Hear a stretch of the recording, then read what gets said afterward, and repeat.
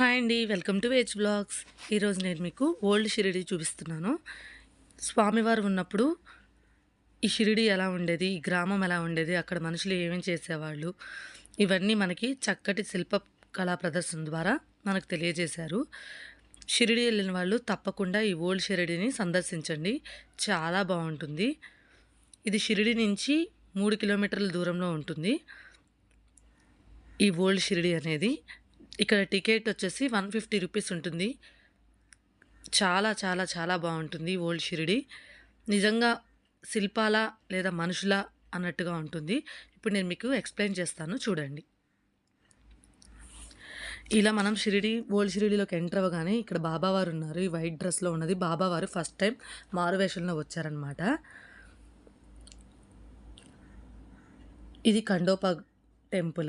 ఈయన పంతులు గారు బాబా గారిని పిలుస్తున్నారు, రా సాయి అని. ఇది ఖండోపా టెంపుల్. ఇది పల్లెటూరులో ఇలాంటి తాటాకిల్లులు ఉంటాయి. ఒక ఆవిడ అక్కడ చాటలో పెసలు వేసి తిరుగుతుంది. కోడి అవి తినడానికి వచ్చినట్టుగా చూపించారు. ఒక ఆయన భిక్షాటన చేస్తున్నారు, చేతిలో చిడతలు పెట్టుకుని పాటలు పాడుతూ భిక్షాటన చేస్తున్నాడు. ఇది ఆ చిత్రం. ఇది చూసారా, ఆ గ్రీన్ కలర్ పిడకలు అనమాట. ఆవిడ పిడకలు కొడుతుంది. పక్కనే ఒక మేక ఉంది. పిక్స్ చూసారా ఎంత రియల్గా ఉన్నాయో. ఓల్డ్ గ్రామాల్లో ఇలాగే ఉంటాయి, చాలా బాగున్నాయి. ఈయన కట్టెలు కొడుతున్నాడు. ఇది బాయిలర్ అనమాట, ఇందులో వేడి నీళ్ళు కాగబెడతారు, దానికోసం ఆయన కట్టెలు కొడుతున్నారు. ఇది చావడి. పల్లెటూరుల్లో అరుగులు ఉంటాయి కదా, అక్కడ కూర్చుని అందరూ కబుర్లు చెప్పుకునేవాళ్ళు. ఇక్కడ కూడా బాబా గారు అందరితో కూర్చుని కబుర్లు చెప్పేవాళ్ళట. బాయిజామ్మ బాబావారికి రొట్టె ముక్కలు తినిపిస్తుంది. బాబావారు ఇంతవరకు ఎవరి చేతులతోనూ తినలేదు. బాయిజామ్మ చేతుల మీదుగానే తిన్నారు. బాయిజామ్మని బాబాగారు ఒక అమ్మలాగా భావించేవాళ్ళు. బాయిజామ్మ కూడా బాబావారిని కన్న కొడుకు కంటే ఎక్కువగా చూసుకునేది. ఆవిడికి పిల్లలు లేరు. ఒక 4 ఇయర్స్ తర్వాత ఒక బాబు పుట్టాడు. అతని పేరే తాత్య అనమాట.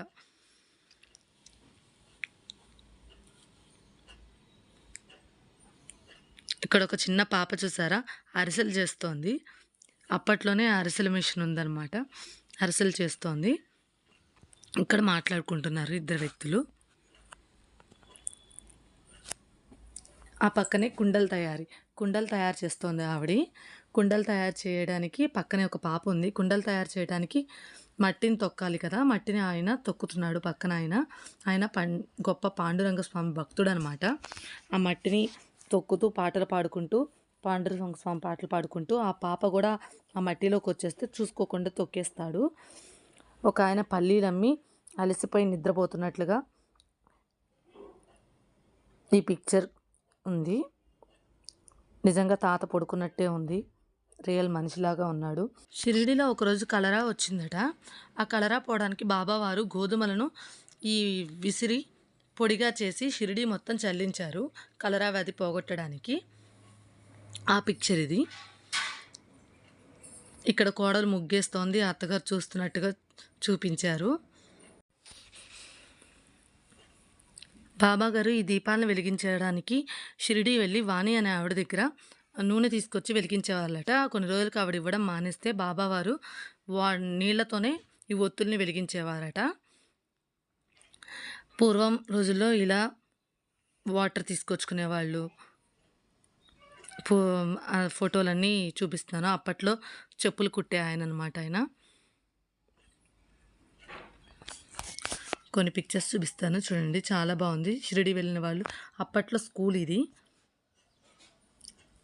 బాబావారు భిక్షాటన చేస్తున్నారు. ఫస్ట్ భిక్షాటన చేసిన దాంట్లో ఫస్ట్ ముక్క కుక్కకు తినిపించేవాళ్ళట. బాబావారు కులమత భేదాలు లేకుండా అందరికీ అన్నం వడ్డిస్తున్నారు. ఆ పిక్చర్ ఇది. అక్కడ సంక్రాంతి పండుగ జరుగుతోంది. ఈ వీడియో కనుక మీకు నచ్చినట్లయితే please like, share, comment and subscribe my channel. బాబావారు తన దేహాన్ని విడిచి 3 రోజులు వెళ్ళి తిరిగి వచ్చిన సందర్భంగా గ్రామస్తులందరూ పండగ చేసుకుంటున్నారు. Thanks for watching.